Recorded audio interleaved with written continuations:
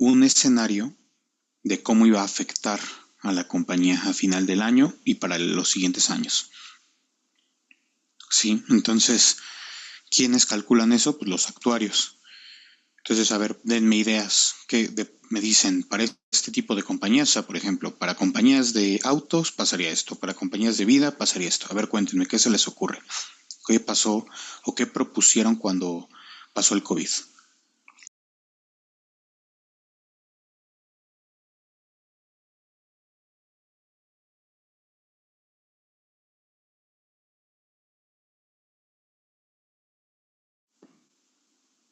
¿Nadie? Como ya no hay participaciones, ya no participan.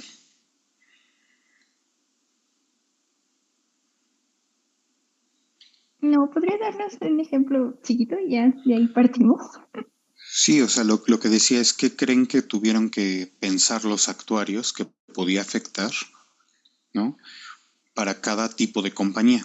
Cuando dijeron, va a haber COVID, ¿qué se les ocurre que podría haberle pasado a los estados financieros con el COVID? Por eso digo que es por tipo de compañía. Que disminuyeron los siniestros, bueno, al menos yo creo que en daños, Ok, y en aumentaron la daños. reserva de no reportados. Ok, muy bien. O sea, en daños bajaron los siniestros. Ok, entonces la compañía que era de daños decía, pues yo espero tener menor siniestralidad en este año, ¿no? O sea, aunque tengo la misma prima, tengo menor siniestralidad.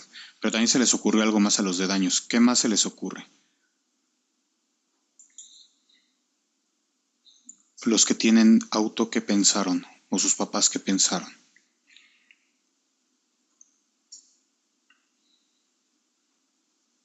¿No pensaron en para qué quiero tener un seguro de auto si no lo voy a manejar ahorita? Sí, bueno, de hecho, bueno, pues como será pandemia y tenemos que estar encerrados, pues ya el uso del auto iba a ser no nulo, pero sí iba a ser como muy de vez en cuando. Entonces, justamente se pensaría como, pues si realmente tengo mi cobertura, pues si no la estoy utilizando o va a ser menor el riesgo, pues sí sería como quitar ese gasto, digamos. Así es, entonces cambiarían las coberturas, como dices, ¿no? A lo mejor ya no les interesa tener este, toda la cobertura, ¿no? A lo mejor solo les interesa RC y robo, ya no les interesa daños materiales y todas las coberturas adicionales no les interesan, ¿no? Entonces, ¿cuál sería el otro efecto en los estados financieros para las compañías de daños?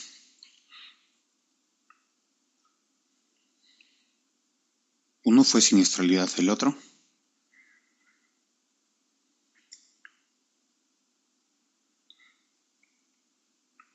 con esto que acabamos de decir. Las primas emitidas Ajá, ¿qué le pasa? disminuyen.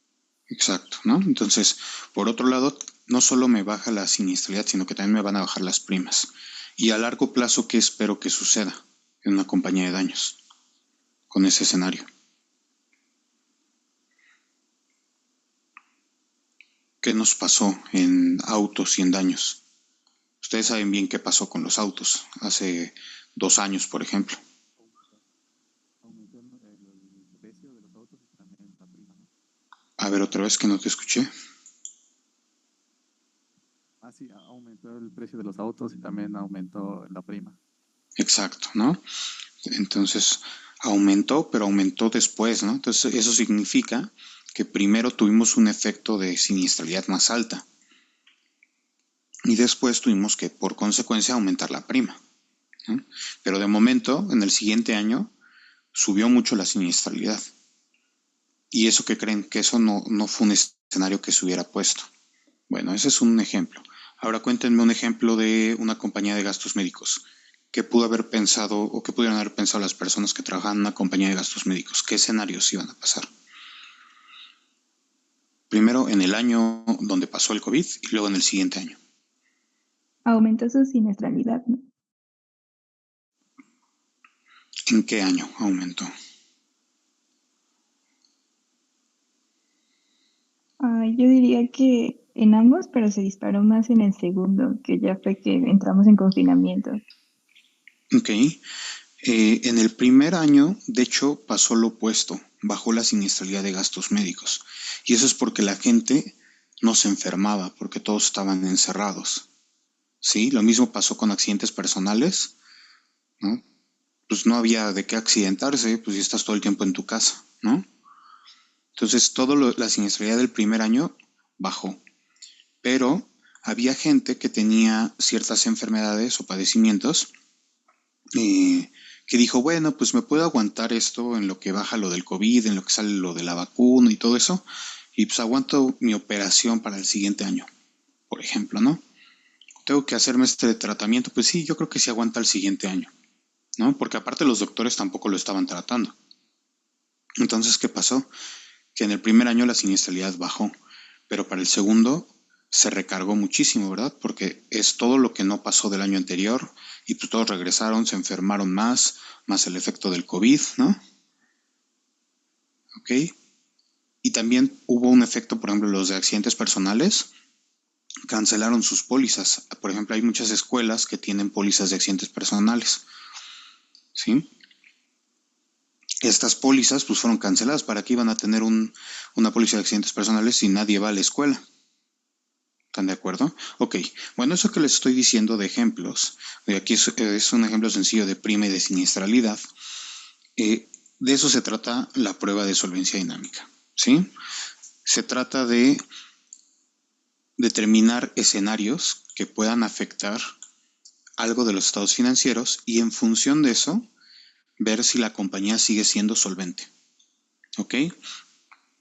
Me pueden decir que está muy difícil, sí, está muy difícil, pero lo que hacemos es tomar supuestos generales que nos ayuden como a interpretarlo, ¿no? Porque no es que le vayamos a atinar exactamente a lo que va a pasar y tampoco es que le vayamos a recargar muchísimo, sino tenemos un supuesto. ¿Le vamos a atinar? Les digo, seguramente no, pero debemos de tener una idea de qué pasaría si estamos en este nivel. O dicho de otra forma, ¿hasta dónde mi compañía aguantaría como siendo solvente si el COVID se hubiera extendido 3 años? COVID realmente solo duró un año fuerte, ¿no? Pero ya de ahí empezó como a bajar por todo lo de las vacunas y todo eso. Pero imagínense, un escenario era, ya para el siguiente fue, ¿qué pasaría si el COVID se extiende por otros 3 años? ¿No? ¿Hasta dónde aguanta? ¿Cuál es la siniestralidad máxima que aguantaría? Y ahí pongo el escenario, ¿sí? Bueno, ¿está claro de qué se trata la prueba de solvencia dinámica? Va. Entonces, ¿qué tiene que considerar? Posición financiera actual y reciente, o sea, lo que conozco al momento. Eso ya lo tienen ustedes en su archivo, ¿verdad? Es la proyección de alguna manera que vamos a hacer. Y lo que vamos a ir haciendo es evaluar la suficiencia de los fondos propios admisibles. ¿Qué dijimos que eran los fondos propios admisibles? ¿Se acuerdan? Que era un pedazo ahí del capital, ¿verdad? Que se ocupaba para cubrir el requerimiento de capital de solvencia. Ya también ya saben qué es el requerimiento de capital de solvencia y también me dijo Janina que les iba a ayudar ahí con la fórmula para entenderlo mejor. Entonces, ¿de qué se trata? Dice identificar posibles riesgos. ¿Qué acciones se podrían tomar? Ajá. Esto es para disminuir la probabilidad y en caso de que pasara, ¿qué acciones se tomarían? ¿No? Porque una cosa es qué acciones tomo para prevenir que algo pase y la otra es si ya pasó, ¿qué acciones tomaría? ¿Sí? De eso se trata la prueba de solvencia dinámica. Esto es más un enfoque de riesgos que de función actuarial. ¿Ok? Y aquí nos dice que es una condición financiera, pues digamos, satisfactoria, ¿no?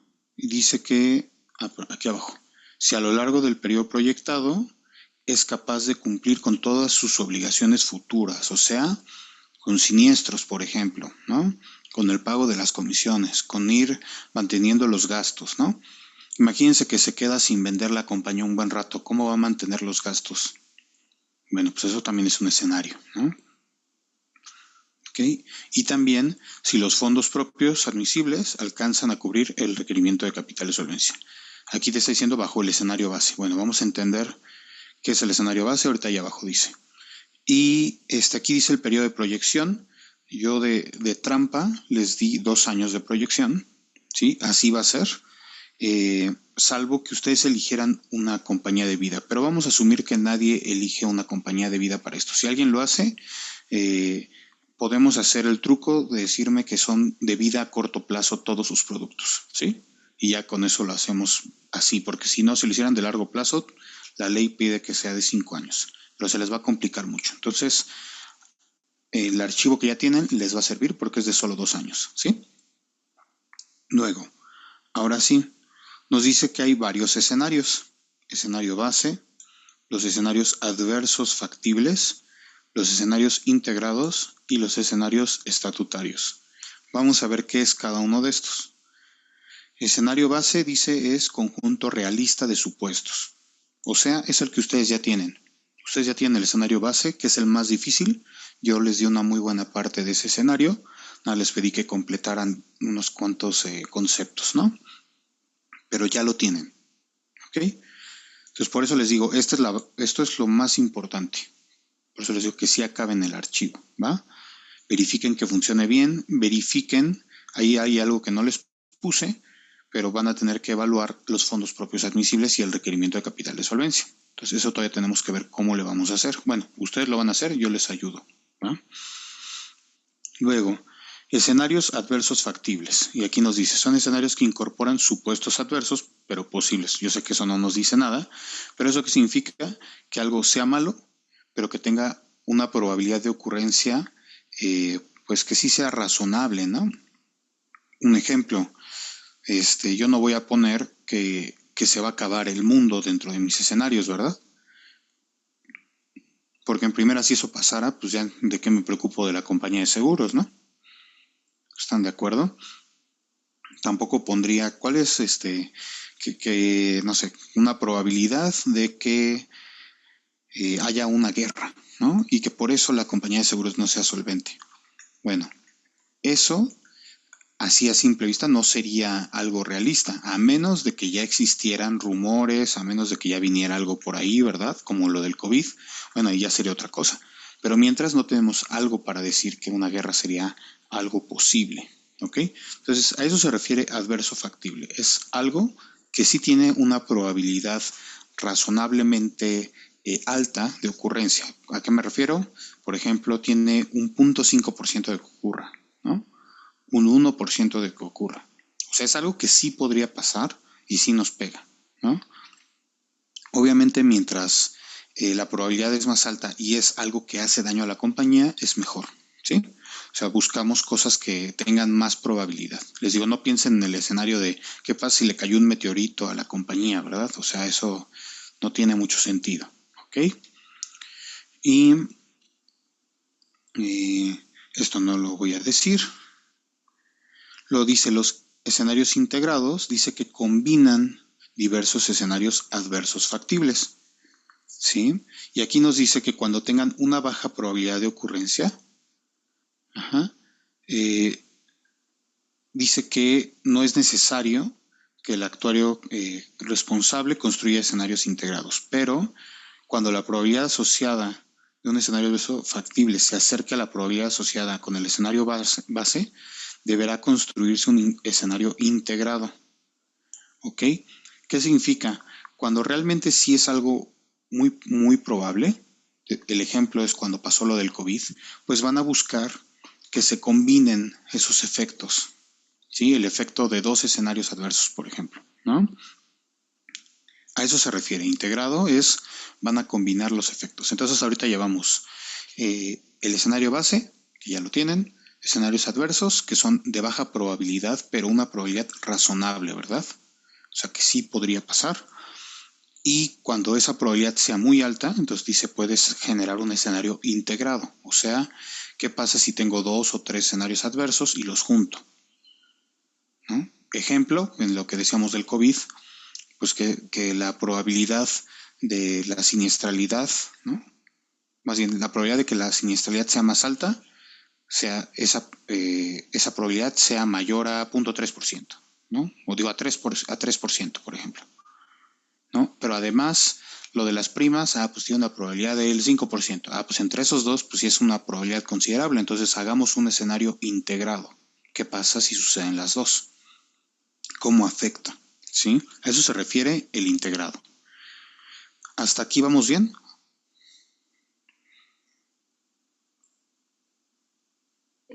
Sí, Ok. Y por último, están los escenarios estatutarios, que eso es de lo que vamos a estar platicando. Son escenarios que la comisión plantea y que dice qué pasaría si tu siniestralidad cambia, tus primas cambian, tus gastos cambian, tu reaseguro cambia, ¿sí? Son esos escenarios, ¿cómo le pega? De eso se trata los escenarios estatutarios. Ahora, algo importante, pero de lo que ustedes no se tienen que preocupar mucho, o sea, sí un poquito, pero no mucho, es esto de la interdependencia.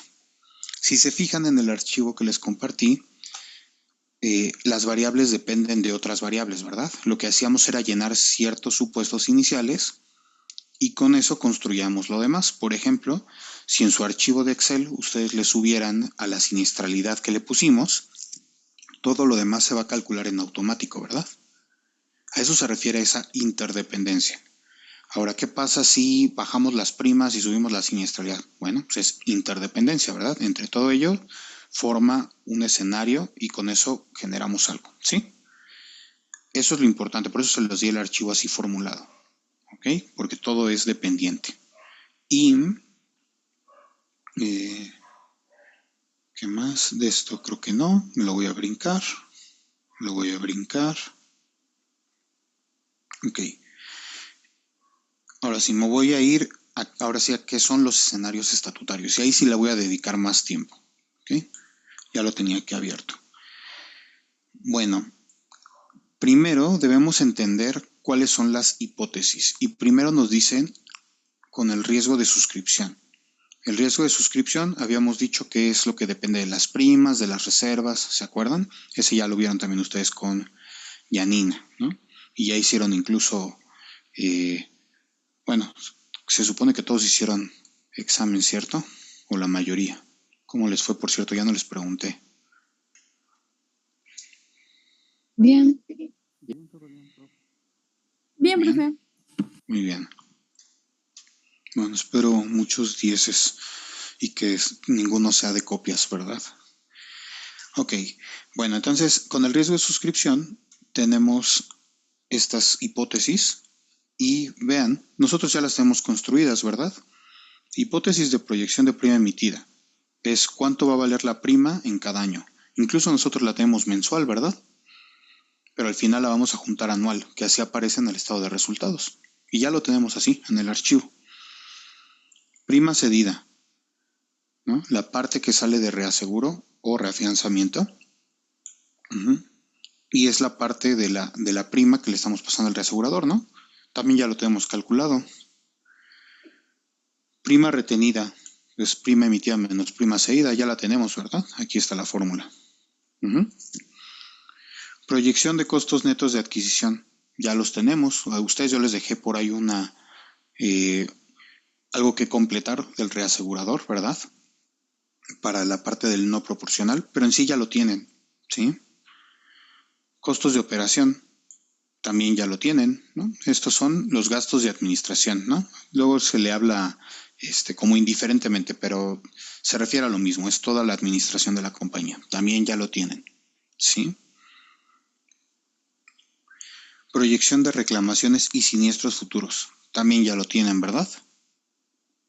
Ya lo hicimos, pusimos ahí unas hipótesis de devengamiento, un factor de siniestralidad, una proporción de SONOR, una proporción de OPC, ¿sí? Bueno, lo manejamos como pagos, pero digo, al final es una proporción de reserva de monto de siniestros conocidos, ¿no? Siniestros de monto conocido.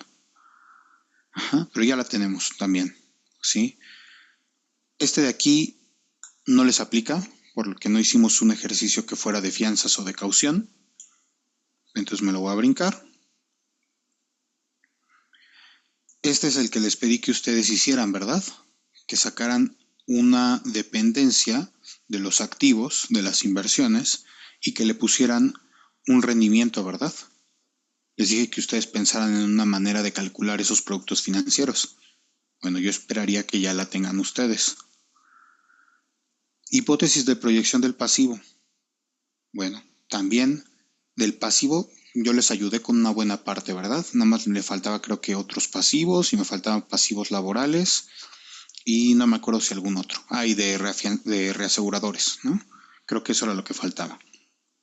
Pero también, ya está. Si se fijan, sí les ayudé, ¿no? En la mayor parte de esto. Activo, lo mismo, ¿no? Nada más les faltaba ahí la parte de las inversiones, que les pedí que ustedes lo pusieran, ¿ok? Bueno, todo esto, hasta aquí alguna duda de estas hipótesis. Todas ya las tenemos, ¿verdad?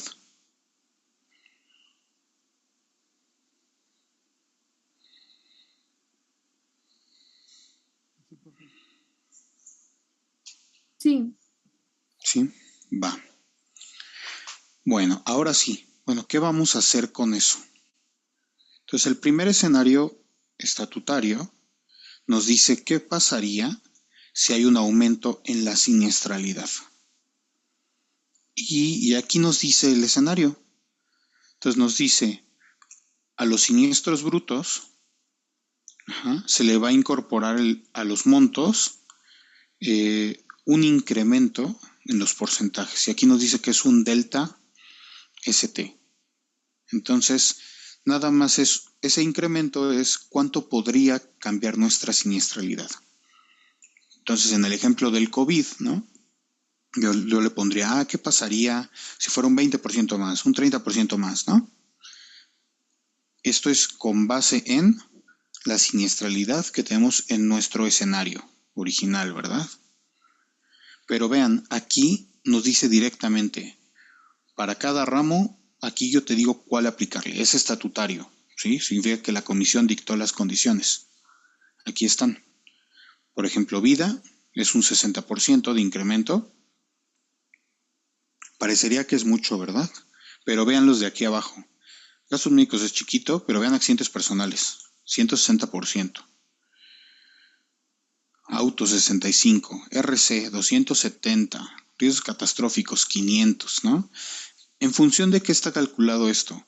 Bueno, pues de alguna manera fíjense cómo está relacionado con la frecuencia, ¿verdad? Como que cuando tenemos seguros como de baja frecuencia y alta severidad, los están castigando más, ¿no? Vean este, son 500, incendio también 500, agrícola y animales 500, ¿no? Y otros que son, que estos no serían tan severos, pero sí tienen baja frecuencia, le están poniendo aquí 50%. ¿Sí? Algo así siguió la regla de la comisión para determinarlos, no hay una metodología, ellos los establecieron, pero se fijaron que también hiciera sentido, ¿no? Porque no le iban a poner, por ejemplo, autos, que un escenario es que tu siniestralidad suba 500%, pues no va a hacer sentido, ¿no? Ni siquiera con el COVID subió 65%, subió menos. Ustedes pueden buscar ahí, pero creo que la mayoría de las compañías subió un 10-20%, ¿sí? O sea, no llegó a este 65%. ¿Ok? Entonces estos escenarios son altísimos, ¿va? También viene aquí de fianzas, los escenarios de fianzas también son altos. Por ejemplo, estos, ¿no? De 500. Nosotros no vamos a ver ninguno de fianzas, pero aquí están, ¿ok? Entonces, ¿cuál es la idea? Que en función de la compañía que ustedes hayan elegido, bueno, de la compañía que ustedes decidan qué seguros va a operar, ¿no? A eso me refiero. Que pongan aquí ese porcentaje de siniestralidad, ¿sí? Les digo, no es lo mismo tener uno de gastos médicos de un 35% a uno de incendio de 500. ¿Ok? Entonces ustedes van a tener que jugar ahí con los supuestos, ¿no? Van a tener que cambiarle la siniestralidad, van a ver qué pasa. Si le pongo de incendio, por ejemplo, pues voy a tener que subirle 500% en un escenario. ¿Ok? Ahora, algo aquí también que dice para alguna T. Significa que no es para todos los años. Tampoco se trata de tronar a la compañía nomás porque sí, ¿verdad? Imagínense que le suben 60% año tras año tras año, pues ahí seguramente sí va a tronar la compañía, ¿verdad? Entonces es para alguna T. ¿Ok? ¿Vamos claros hasta aquí? Sí. Sí, profe. Va. Y entonces aquí nos dice, pues lo que ya tenemos programado. Dice, en congruencia con lo anterior, deberá aumentarse el monto de los siniestros cedidos. Pues sí hace sentido, ¿verdad? Si yo le estoy subiendo la siniestralidad bruta, debe subir la siniestralidad cedida. ¿Sí? Y entonces ahí es donde va a jugar la parte del contrato de reaseguro no proporcional. ¿Se acuerdan que yo les pedí que pusieran un contrato de reaseguro no proporcional?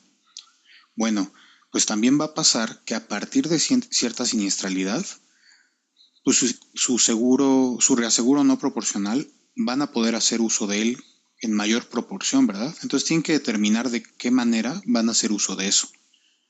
Entonces ya con esto piénsenlo un poco mejor. Digan, pues a lo mejor en el primer año yo había dicho que no usaba mi contrato de reaseguro no proporcional, pero con este escenario a lo mejor sí tengo que hacer uso de ese contrato de reaseguro no proporcional, además de lo proporcional que ya tengo formulado. Entonces ahora su variable de reaseguro no proporcional depende de la siniestralidad, ¿verdad? Entonces bajo uno de estos escenarios, como si estoy incrementando pues, de manera importante la siniestralidad, voy a tener que hacer uso de ese contrato de reaseguro no proporcional. No les pido que hagan una regla así compleja, ¿no? Por ahí alguien me lo estaba diciendo el otro día. O sea, no pongan que mi monto de promedio de siniestros es tal y la capacidad del contrato es tal, ¿no? Y etcétera. No lo hagan tan complejo. Ustedes determinen una regla, ¿no? No les voy a revisar esa parte, nada más digan, se asume que, ¿no? Que con el contrato de reaseguro no proporcional se haría uso de tanto, ¿no? ¿Qué sí tiene que pasar? Que pues la siniestralidad que trae entre el proporcional y el no proporcional pues no puede ser mayor a la siniestralidad bruta, ¿verdad? Porque no podemos ceder más de lo que ocurrió. ¿Sí? Este comentario también está claro. Voy haciendo varias pausas porque yo sé que son varias cosas. Sí, todo bien, profe. Ok. Me lo voy a brincar porque no vamos a poner de largo plazo. También me lo voy a brincar porque nadie va a ser de pensiones. Y sí lo tenemos que ver. Muy bien. Ustedes ya tienen una forma de calcular sus inversiones, ¿verdad? Y yo les decía que para que cuadrara su balance, tenían que considerar la ecuación contable, ¿sí? Y les decía, bueno, pues ahí le suman o le restan al activo, a las inversiones, para que cuadre, ¿no? Después de haber metido lo de la utilidad, ¿no? Y esa utilidad depende de los productos financieros. Pero entonces aquí nos dice, bueno, ¿y qué pasa si los activos me dieron un 50% menos de ese rendimiento? O sea, mis productos financieros se van a la mitad. Bueno, pues tienen que considerar que eso en qué nos va a pegar. Primero nos pega en el resultado, ¿verdad?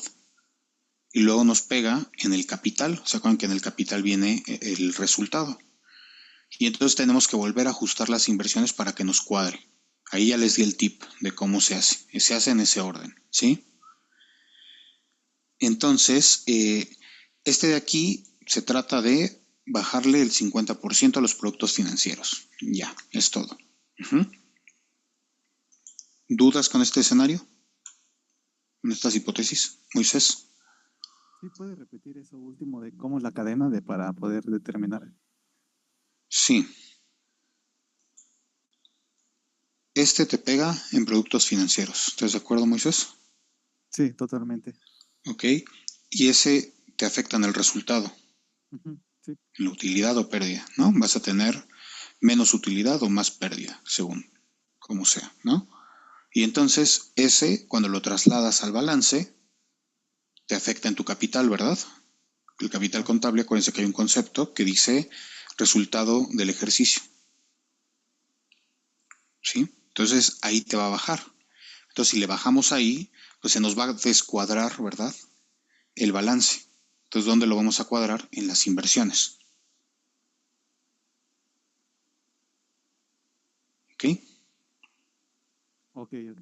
Gracias, profe. Ok. Un detalle, cada que hagan esto, tienen que ajustar siempre sus inversiones al final, porque si ustedes le mueven algo, como que tienen que dejar fijo en valores una parte para que cuando actualicen, nada más le cambien tantito a las inversiones, ¿sí? Yo les recomiendo que dejen como un renglón o algo que les ayude a algo que se llame como ajuste de inversiones, aunque no se vea, o sea, para la proyección, pero que ustedes lo vean, porque ahí le van a poner en valores lo que le movieron, ¿sí? Si lo dejan todo formulado, se hace una referencia circular, ¿verdad? Porque acuérdense que los productos financieros dependen de las inversiones y las inversiones, ya acabo de decir, que se ajustan con el resultado y el resultado depende de los productos financieros, ¿verdad? Se hace un ciclo. Entonces no podemos hacerlo así, tenemos que dejar fijo algo, ¿ok? Entonces yo les recomiendo que dejen un ajuste en valores, que ustedes lo muevan manualmente, que va a ser el que les ayude a cuadrar ese balance. Si no lo hacen así, les digo, se les va a hacer una referencia circular. ¿Ok? Bueno, bajo al siguiente. Bueno, no sé, ¿algún otro de este? No. Ok. Luego, riesgo de contraparte. Aquí se fijan, es riesgo de contraparte, pero está hablando de insolvencia del reasegurador. Me van a decir, pero ya teníamos algo de la insolvencia, ¿no? En las reservas. Pues sí, justamente con eso se va a relacionar. Vamos a ver.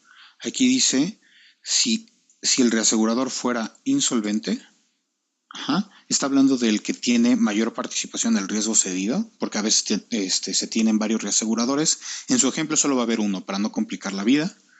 Bueno, si le quieren complicar y meter más reaseguradores, adelante, pero digo, con uno para mí es suficiente. Entonces, dice, ¿cómo te va a pegar? Bueno, dice que te va a pegar en al menos el 60%, ¿no? Bueno, el 60% de las reclamaciones. ¿Sí? Dice, para estos efectos se deberá suponer que la pérdida, dada la insolvencia, es al menos el 60% de las reclamaciones. ¿Y entonces eso qué significa? Que el reasegurador no va a poder cubrir esa parte. ¿Ok? En estricto sentido deberíamos de afectar las reservas, pero ahí se los dejo libre, ¿no? O sea, yo sé que la reserva tiene su importe recuperable que vimos. En estricto sentido sí lo deberíamos de afectar, pero ahí como ustedes quieran. Si lo quieren incluir el efecto o no, no hay problema, ¿no? Nada más aclaren sobre qué están afectando, que sería sobre la siniestralidad. ¿Ok? Entonces, esto es lo que le están llamando las hipótesis de los riesgos. Y ya en sí, aquí abajo, ya dice cómo se van a aplicar los escenarios. Mande, Moisés. Una duda, profe, cuando dijo hace ratito que se cuadraba con las inversiones, o sea, en la parte práctica, o sea, es que no me da la idea de, o A sea, ver. ¿qué es cuadrar con inversiones? O sea, No, cuadrar el balance. ajá, A pero ver. se cuadra desde la parte de inversiones, ¿no? Sí, a ver, déjenme. Voy a hacer un ejercicio así, rápido, más para ejemplificar. Entonces aquí yo tengo mi estado de resultados y aquí tengo los diferentes conceptos, ¿no? Tengo que prima, bueno, tengo siniestralidad, tengo los costos de adquisición, ¿no? Tengo gastos gastos, vamos a ponerle gastos de administración, y tengo aquí un resultado, ¿no? Y luego tengo, vamos a ponerle utilidad o pérdida, ¿no? Tenía otra por acá arriba, pero aquí yo tengo los productos financieros, que llaman resultado integral de financiamiento, ¿se acuerdan? Resultado integral de financiamiento, ¿sí? Y después de eso yo tengo otra utilidad o pérdida, y después tengo unos impuestos, ¿no? Y después tengo otra utilidad o pérdida, ¿sí? O sea, digo, lo estoy abreviando, ustedes lo tienen ya bien acomodado. Por otro lado, en su balance general, ustedes tienen, por acá tienen el activo, de los cuales aquí tienen inversiones, y aquí déjenme ponerle que hay otros activos, ¿va? Para no poner todos. Y luego acá tienen el pasivo, que están las reservas, ¿no? Y tienen otros pasivos. Y tienen aquí abajo capital, de los cuales aquí aparece utilidad o pérdida del ejercicio, ¿no? Y otras cosas, ¿no? De capital. Bueno, así es como ustedes lo tienen. ¿Ok? Entonces lo que digo, imagínense que hasta aquí van 1,000 pesos, ¿no? 1,000 millones o lo que quieran ustedes, ¿sí? Y con eso vamos a suponer que traíamos un activo, no sé, de 50,000. Déjenme, le pongo un mejor formato. De los cuales, este es el total, ¿verdad? De los cuales aquí traigo, no sé, 40,000. Y aquí tengo 10,000. ¿Sí? Déjenme le copio el formato. Y del pasivo, no sé. Vamos a ponerle que del pasivo tengo, como es una compañía pequeña, es nueva, vamos a ponerle que tengo, no sé, 10,000 en total.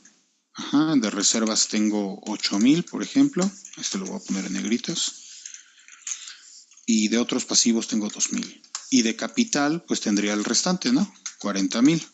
A lo que me refiero es justo a esto, ¿no? O sea, nosotros sabemos que estos 50 tienen que ser igual a estos 50 de acá, ¿verdad? Y de los cuales, aquí es donde tengo el problema. Porque este de aquí tiene que depender de este de acá, ¿verdad? Vamos a, o sea, déjenme le pongo colores. Este y este, ¿sí? Entonces el resultado, yo les decía que este salía de las inversiones. Vamos a suponer que me dejó en promedio el 5%, ¿no? Mi rendimiento, mi I, fue de 5%, por ejemplo. Y vamos a suponer que de estas inversiones estuvieron la mitad del tiempo, ¿no? Porque era lo que les decía la otra vez. Cuando uno invierte dinero de forma creciente, no puede asumir que tuvo estos 40,000 durante todo el periodo, ¿verdad? Sino que los va teniendo, los va acumulando. Pudo haber partido de inversiones de 30,000 y al final llegó a 40,000, ¿no? Una cosa así. Voy a ponerle ahorita de manera sencilla. Vamos a poner para que salga el ejercicio. Por ejemplo, que tuve, partí con el 75% de esas inversiones, ¿sí? Y esto lo multipliqué por mi 5%. Eso fue lo que me generó en promedio, ¿no? Algo de este estilo. Déjenme, ahorita le pongo acá el color. Ahí está. ¿Sí? Vean cómo esto es dependiente de los 40,000. Y entonces, aquí mi utilidad o pérdida ya con esto serían estos dos, ¿verdad? 2,500. Y luego de impuestos. ¿Cuánto les dije de impuestos que le íbamos a poner? Nada más para tener lo mismo que ustedes. ¿Qué porcentaje?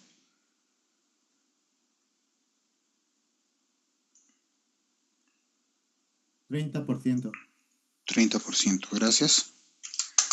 Entonces, mis impuestos son 2,500 por 30%.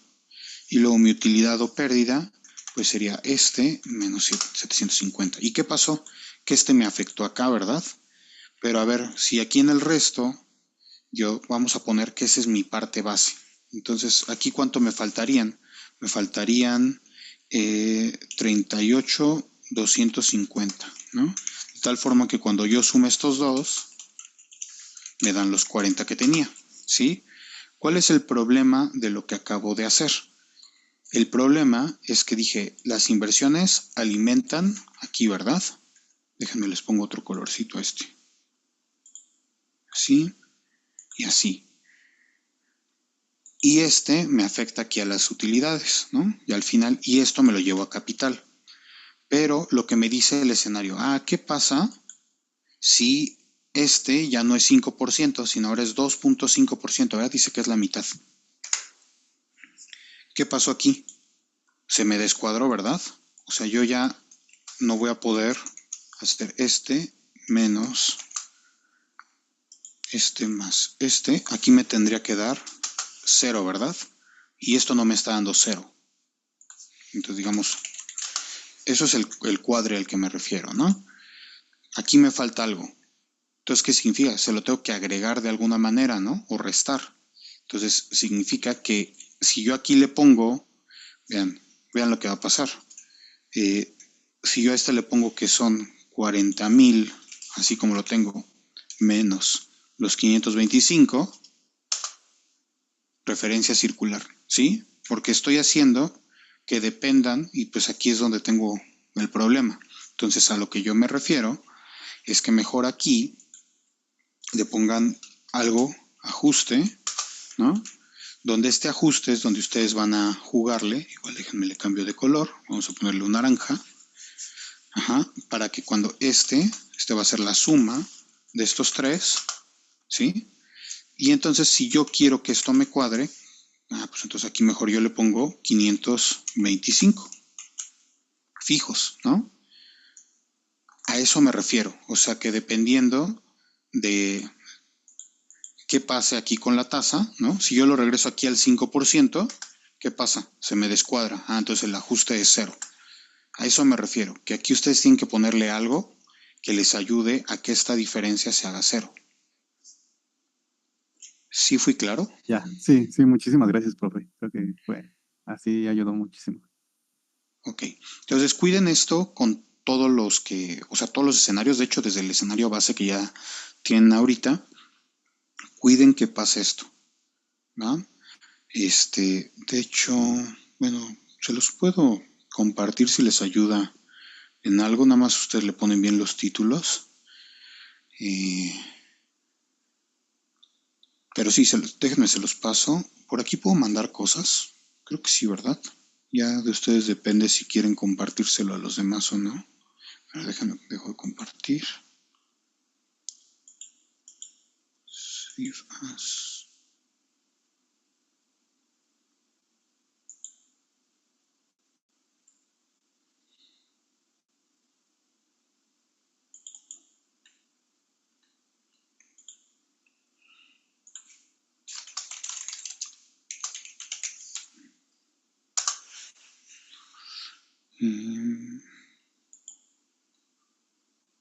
Voy. A ver si me deja.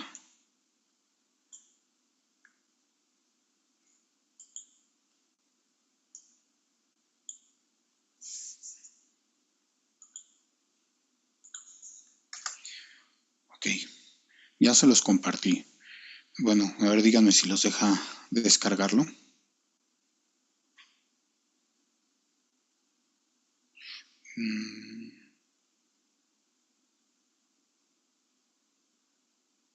Sí, profe, sí puede descargarlo. Va. Ok, ahí descárguenlo. No lo quiero subir al Classroom, porque yo sé que más bien ustedes están aquí poniendo atención. Entonces, tomen esa idea. Les digo, el punto es que siempre puedan cuadrar. ¿Ok? Sí está claro el por qué se debe cuadrar, ¿no? Sí, sí, profe. Ok. Bueno, ¿alguien tiene alguna otra duda?